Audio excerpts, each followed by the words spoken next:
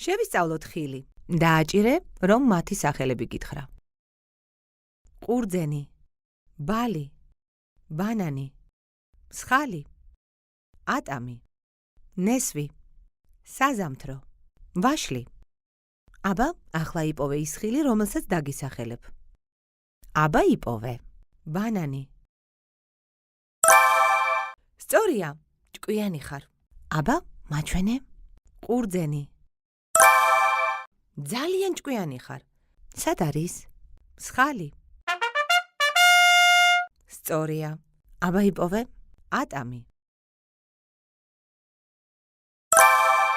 სწორია, ჭკვიანი ხარ. იპოვე.